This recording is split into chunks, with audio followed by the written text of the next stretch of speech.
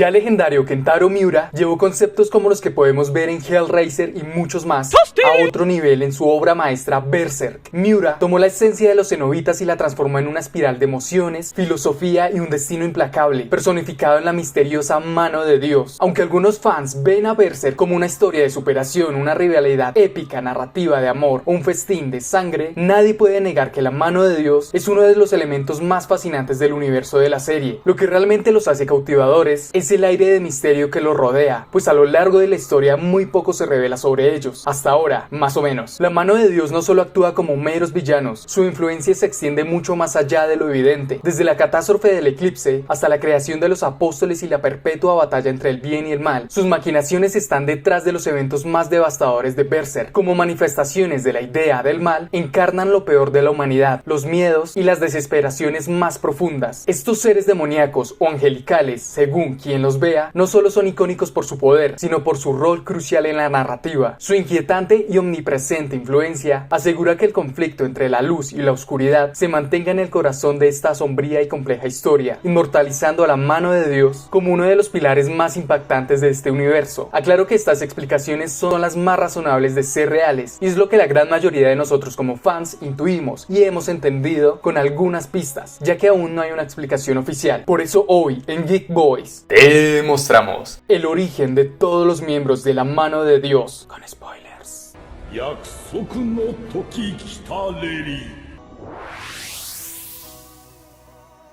La mano de Dios, en el vasto universo de Berserk, es un grupo de entidades demoníacas con una capacidad casi divina, cuyo papel en la serie va mucho más allá de ser simples antagonistas. Para entender verdaderamente quiénes son, es esencial observar su relación con la causalidad y su impacto en la narrativa general. A menudo son comparados con los cenobitas de Hellraiser. La mano de Dios tiene un propósito más profundo y filosófico que estas contrapartes. Mientras que los cenobitas son reflejos de la depravación humana, los miembros de la mano de Dios actúan como ejecutadores de una fuerza aún más aterradora, la idea del mal, una entidad que controla y manipula los deseos más oscuros de la humanidad. Estos 5 seres demoníacos aparecen por primera vez en el arco del espadachín negro, durante la lucha de Guts contra el conde Babosa, cuando el Behelit del apóstol activa un portal hacia un mundo desconocido, y son revelados como los grandes, los guardianes del deseo. Desde un punto de vista filosófico, la mano de Dios son demonios para los humanos, pero ángeles para los apóstoles, a quienes guían hacia la inmortalidad demoníaca. Los miembros de este quinteto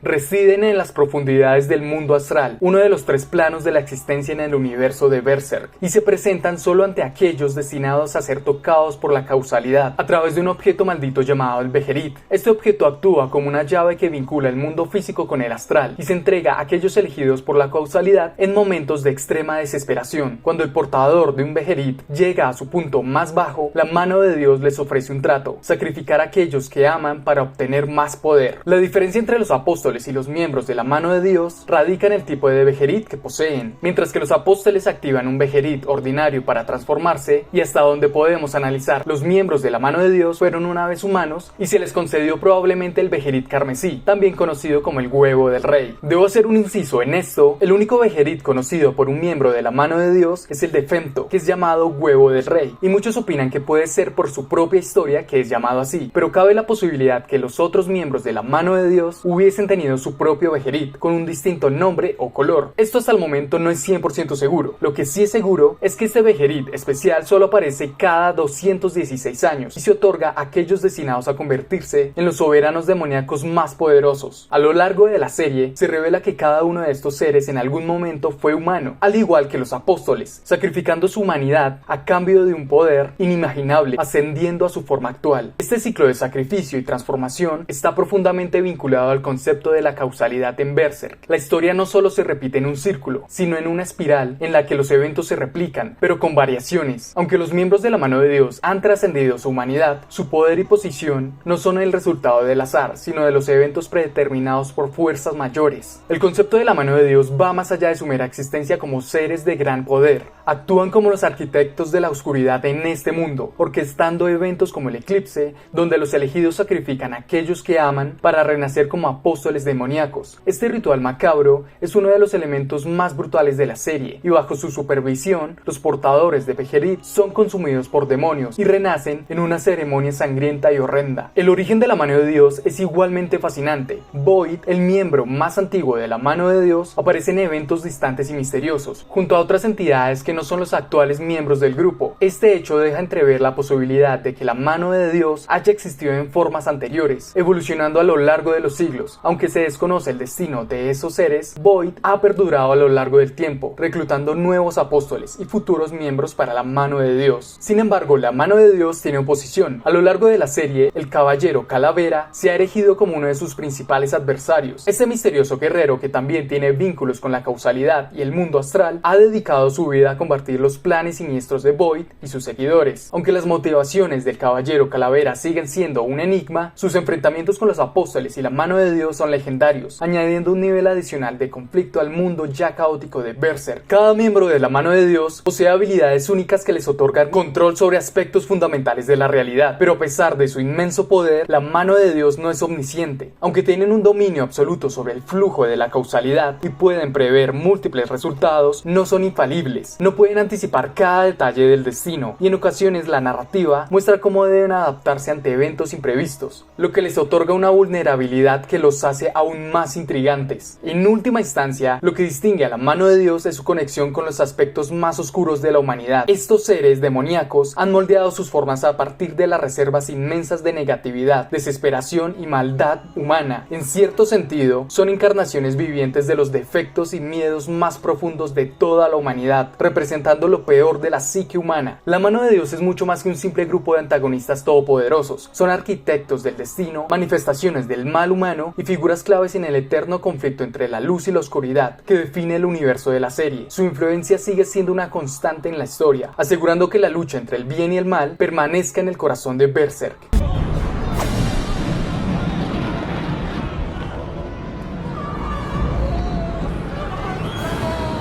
Slan es una de las figuras más enigmáticas y perturbadoras dentro del universo de Berserk. Como miembro de la mano de Dios, representa la lujuria en su forma más pura y siniestra, encarnando tanto la sensualidad como el sadomasoquismo extremo. Su origen como humana está envuelto en misterio, pero a partir de las pistas que nos ofrece la narrativa de Berserk y los temas recurrentes del manga, podemos especular sobre su vida antes de convertirse en una entidad demoníaca. Slan, como los otros miembros de la mano de Dios, fue una vez humana y en algún momento de su vida activó su Beherit, sacrificando a alguien querido para ella. Este acto lo llevó a ascender y convertirse en la personificación de la lujuria. Existen varias teorías sobre quién era Slan antes de su transformación. Algunos sugieren que podría haber sido una prostituta, debido a su marcada asociación con el placer carnal y su aparente disfrute del dolor y la humillación. Esta teoría encaja con la naturaleza de Slan como la encarnación de la lujuria. En vida podría haber sido una mujer atrapada en una profesión que la llevó a aceptar y eventualmente a disfrutar los aspectos más oscuros de la sexualidad y el deseo humano. Si esto fuera cierto, su ascenso a la mano de Dios sería el último acto de rendición a esos impulsos primordiales, abandonando su humanidad en un acto desesperado. Otra teoría interesante plantea que Slan pudo haber sido una figura noble o una princesa, similar a personajes como Farnis o Charlotte. Si este fuera el caso, Slan habría vivido una vida de privilegio, pero también de represión. La alta sociedad de Berserk espera de sus mujeres nobles una conducta impecable, y cualquier signo de promiscuidad o comportamiento impropio sería fuertemente condenado. En este contexto, Slan podría haber sido una mujer que luchaba contra sus propios deseos oscuros, reprimiéndolos hasta que finalmente estos estallaron, llevándola a aceptar su naturaleza más depravada y a renunciar a todo en un momento de desesperación. Independientemente de su origen exacto, lo que queda claro es que Slan es la personificación del pecado de la lujuria en este mundo. Su diseño, sus acciones y su interacción con otros personajes, especialmente con Guts, subrayan esta conexión. Durante el eclipse, Slan es una de las primeras en manifestarse, y sus avances hacia Guts son claramente sexuales, marcando su obsesión por el placer y el dolor. Más adelante en la historia, cuando se manifiesta parcialmente en Qliphoth, lo hace a través de los cuerpos de Troll, una grotesca representación de su habilidad para fusionarse con la materia física y crear monstruosidades que reflejan sus deseos, sino que también subraya su influencia sobre aquellos que están atrapados en los extremos del deseo humano. Pero no es simplemente una de las 5 figuras demoníacas que componen la mano de Dios, también parece ser una de las más interesadas en la humanidad, o al menos en ciertos humanos como Guts. A lo largo de la serie ha demostrado un interés particular por el guerrero, intrigada tanto por su fuerza como por su resistencia a la desesperación. Su relación con Guts es perturbadora, ya que Slan lo ve como una especie de objeto de deseo, no solo físico, sino también espiritual, admirando su capacidad para sobrevivir en un mundo tan brutal y lleno de sufrimiento. Al igual que los otros miembros de la mano de Dios, Slan está ligada a la causalidad, un concepto central en Berserk, que gobierna el destino de los personajes y los eventos del mundo. Los miembros de la mano de Dios son instrumentos de la idea del mal, una entidad que controla los aspectos más oscuros de la realidad y que manipula los eventos del mundo para cumplir sus designios. Slan, en ese sentido, es tanto un producto como una perpetuadora de la malicia y la depravación que impregna el universo de Berserk. El personaje de Slan está cargado de simbolismo, como la encarnación de la lujuria representa uno de los impulsos más primordiales y destructivos de la humanidad. Los seres humanos son constantemente tentados por sus deseos más oscuros y es una representación de lo que sucede cuando esos deseos son abrazados sin remordimientos. Su forma demoníaca, que fusiona belleza y grotesquería, es un reflejo de la dualidad de la lujuria. Puede ser seductora, pero también es destructiva y corrupta. Definitivamente es uno de los personajes más intrigantes de Berserk, no solo por su poder y su papel dentro de la mano de Dios, sino también por lo que representa. Su historia, aunque en gran parte desconocida, sugiere una vida de represión, deseo y eventualmente redención a sus deseos. Como miembro de la mano de Dios, se ha convertido en la encarnación de la lujuria, usando su poder para corromper y destruir a quienes se cruzan en su camino. En Berserk, la línea entre lo humano y lo monstruoso es tenue, y Slan es un recordatorio de cuán fácilmente esa línea puede ser cruzada.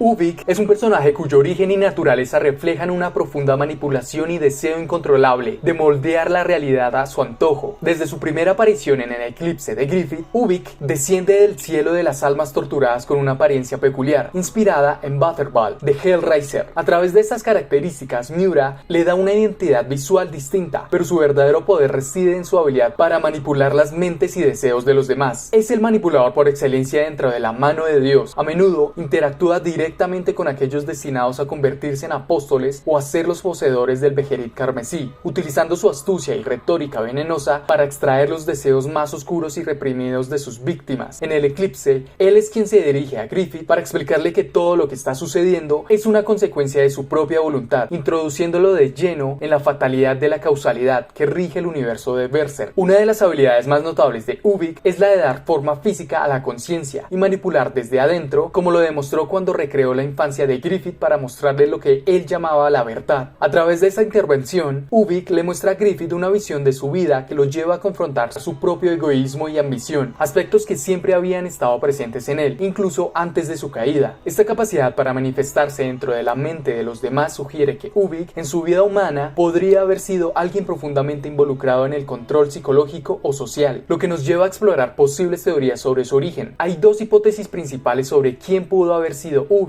antes de su ascenso como miembro de la mano de Dios. La primera sugiere que podría haber sido un político, un líder astuto que ascendió en la sociedad mediante engaños y traiciones. Los políticos, especialmente en el contexto del mundo de Berserk, habrían sido personas con habilidades oratorias excepcionales y una comprensión profunda de las motivaciones humanas. Sin embargo, esta capacidad para manipular a otros sin piedad probablemente lo condujo a una situación en la que se encontró traicionado por sus propias artimañas o atrapado en una espiral de desesperación cuando vio que sus esfuerzos no podían detener las guerras y conflictos que azotaban su mundo. La segunda teoría sugiere que Ubik pudo haber sido un sacerdote o una figura religiosa que abusó de su poder sobre los fieles. Este origen se refleja en la forma en que Ubik mantiene constantemente sus manos entrelazadas, como si estuviera orando. Además, su capacidad para convencer a otros de que abracen sus deseos más oscuros se asemeja a la persuasión retórica utilizada por predicadores. Si fue un sacerdote, su poder residía en la capacidad de moldear las creencias de las personas, pero esto eventualmente lo habría llevado a un punto de ruptura. Quizás, en su desesperación por el control o el poder, obtuvo el Bejerit carmesí y sacrificó a aquellos que más confiaban en él, tal vez los propios fieles que lo adoraban, para asegurar su ascenso como uno de los elegidos de la mano de Dios. La causalidad es la fuerza fundamental que guía el destino de todos los seres, y Ubik parece ser uno de sus más fervientes defensores. Él no ofrece a sus víctimas una visión profética, sino que manipula sus mentes para que crean que siempre han estado destinados a cumplir ciertos roles. Su conversación con Griffith durante durante el eclipse es un claro ejemplo de esto, cuando reprende al halcón caído por dudar de su propósito y lo incita a abrazar su destino sin remordimientos. Ubik convence a Griffith de que su sacrificio de la banda del halcón no solo es inevitable, sino que es la culminación lógica de toda su vida y ambiciones. La presencia física de Ubik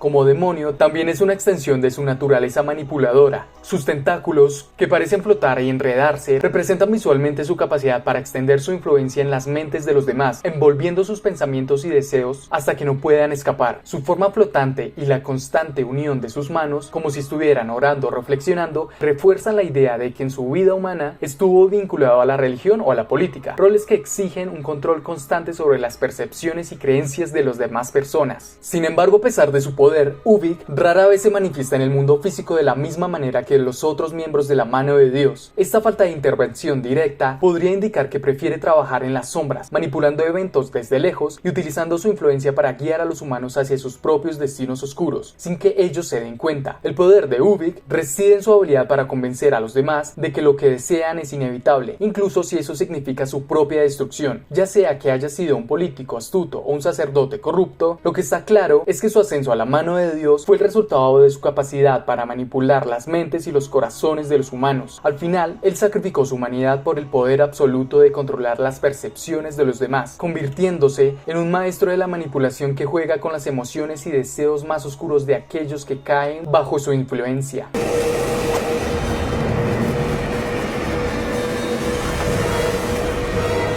Conrad tiene habilidades que se alinean con la decadencia y la descomposición. Aunque en su mayoría guarda silencio, su presencia irradia la noción de la plaga viviente. A través de su toque puede marchitar y descomponer objetos y seres vivos, una habilidad que encarna la corrupción y la decadencia. Si bien su diseño físico puede parecer inspirado por la película Hellraiser, su verdadera fuente de inspiración proviene de la obra Paisaje 18 de H.R. Giger, una pintura que representa a bebés deformados por la enfermedad y la pestilencia, donde uno de los rostros, cubierto de llagas, parecen estar vomitando la plaga misma. Este retrato es la base visual del macabro aspecto de Conrad. Dentro del mundo de Berserk, Conrad parece ser la representación misma de la peste. Su forma física, que se asemeja a una cochinilla, refuerza esta imagen de enfermedad y decadencia. Aunque rara vez se expresa verbalmente, su aparición durante el eclipse de Griffith dejó una impresión duradera. En esta escena respaldó las declaraciones de Ubik sobre la causalidad, reafirmando la inevitabilidad y la naturaleza omnipresente de las fuerzas que rigen el destino de la humanidad. Se cree que su eclipse ocurrió hace más de 650 años, lo que sugiere que Conrad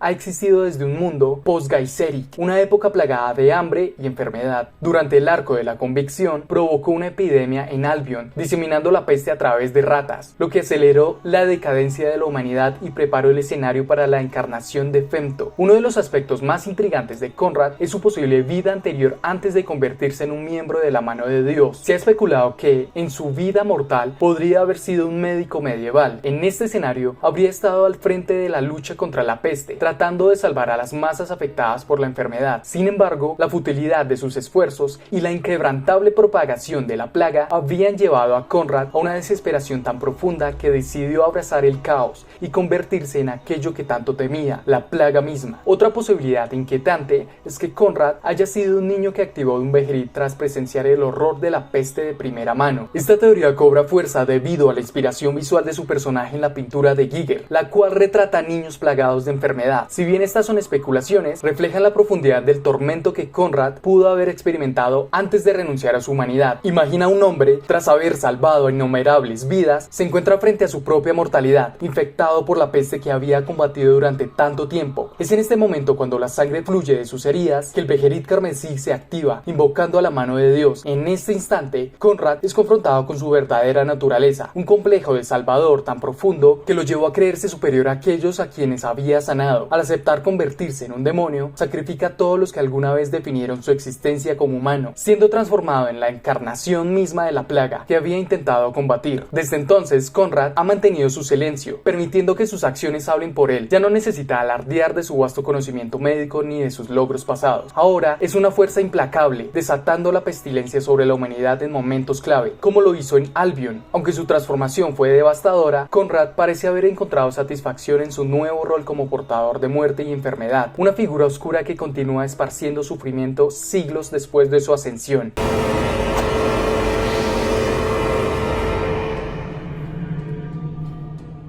Void, sin dudas, es uno de los personajes más enigmáticos y aterradores de Berserk, una entidad cuyas raíces están profundamente entrelazadas con la historia de causales y ciclos de tragedias que han plagado a todo el mundo. Su apariencia espantosa y su poder descomunal no son más que reflejos de su pasado humano, uno que al parecer está intrínsecamente conectado con el de Skull Knight y el legendario Imperio Dorado de Geyserik. El origen de Void no se ha revelado completamente en la serie, pero varias pistas a lo largo del manga, junto con declaraciones del propio creador Kentaro Miura, nos permite inferir su verdadera identidad. Miura mencionó en una entrevista que Void es la clave para comprender los motivos y la naturaleza de la mano de Dios, una declaración que adquiere peso cuando consideramos las teorías sobre su origen. Para comprender el papel de Void, debemos retroceder 1000 años al apogeo del Imperio Dorado de Geyserik. Según la leyenda, Geyserik fue un rey supremo que logró unificar todo el continente bajo su bandera, creando un imperio sin precedentes. Sin embargo, con el tiempo, su imperio cayó en la decadencia, lleno de excesos y libertinaje,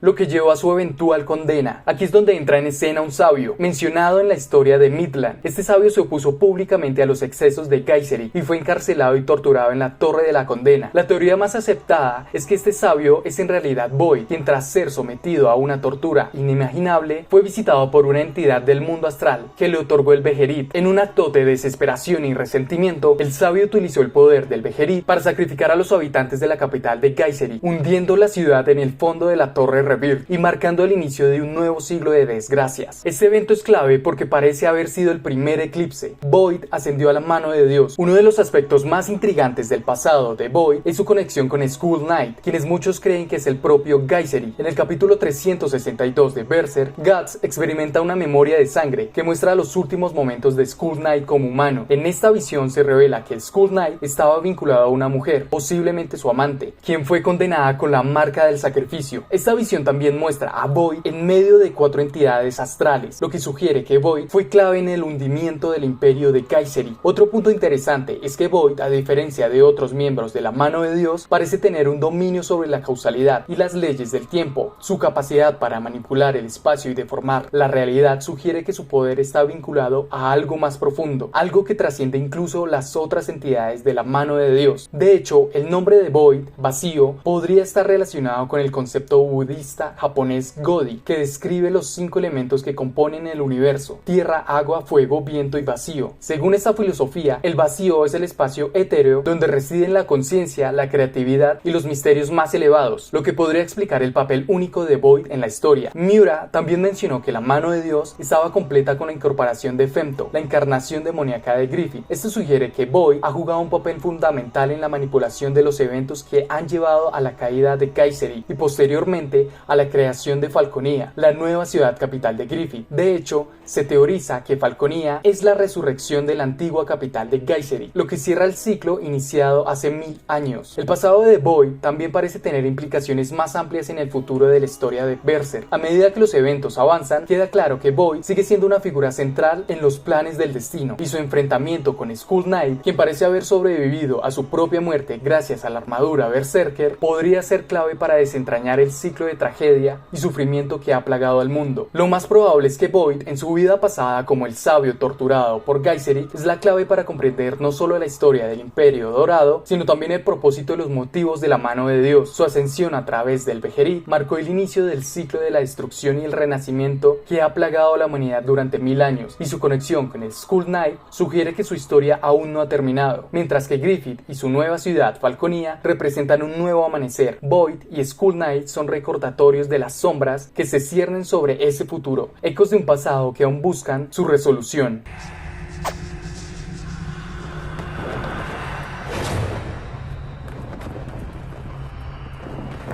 El origen de Femto es el único conocido, por lo que no profundizaré tanto, y es por él que básicamente Berserk es Berserk. Griffith es parte del mejor arco de esta serie, la Era Dorada, y su macabro eclipse. Es un hombre nacido en circunstancias ordinarias, alimentado un sueño extraordinario, convertirse en el rey de su propio reino. Desde joven demostró un carisma inigualable y una habilidad estratégica excepcional que lo llevaron a formar la legendaria Banda del Halcón. Este grupo de mercenarios, fieles a Griffith por su magnética personalidad y destreza militar, lo siguieron con la convicción de que su líder lograría conquistar lo imposible. Con cada batalla ganada y cada avance en la jerarquía de Midland, Griffith se acercaba más a su objetivo. Desde sus humildes comienzos, llegó a ser comandante de la caballería, ascendiendo hasta las más altas esferas del poder. Sin embargo, mientras Griffith ascendía, su amistad con Guts, un guerrero formidable que se unió a la banda del Halcón, empezó a desmoronarse. A pesar de la lealtad y los innumerables sacrificios que Guts hizo por él, Griffith siempre lo vio como una herramienta más para alcanzar su meta. En un momento clave, Griffith le confesó a la princesa de Midland que considerara amigos solo aquellos que compartieran sus mismos ideales y ambiciones. Esto reveló a Guts que a los ojos de Griffith, él no era más que un peón. Al darse cuenta de esto, Guts tomó la dolorosa decisión de dejar la banda para encontrar su propio propósito, una decisión que quebrantó profundamente a Griffith. La partida de Guts fue el detonante de la caída de Griffith. En un acto impulsivo y desesperado, sedujo a la princesa, lo que lo llevó a ser capturado y torturado brutalmente durante un año entero. Griffith, quien había sido adorado como un líder casi divino, fue reducido a un ser destrozado, física y emocionalmente. A pesar de las torturas, su sueño seguía vivo, aunque lo veía cada vez más inalcanzable. La culpa de su desgracia la colocaba enteramente en Guts, el hombre que en su mente había sido responsable de su sufrimiento. Cuando Guts regresó para rescatarlo, lo que podría haber sido un momento de alivio para Griffith se convirtió en la gota que colmó el vaso. Griffith, ya consumido por la desesperación, activó el Beherit carmesí, el artefacto místico que le ofrecía una única salida: sacrificar a sus amigos más cercanos para lograr su sueño. En ese fatídico momento, Griffith dejó de ser el hombre que todos conocían y renació como Femto,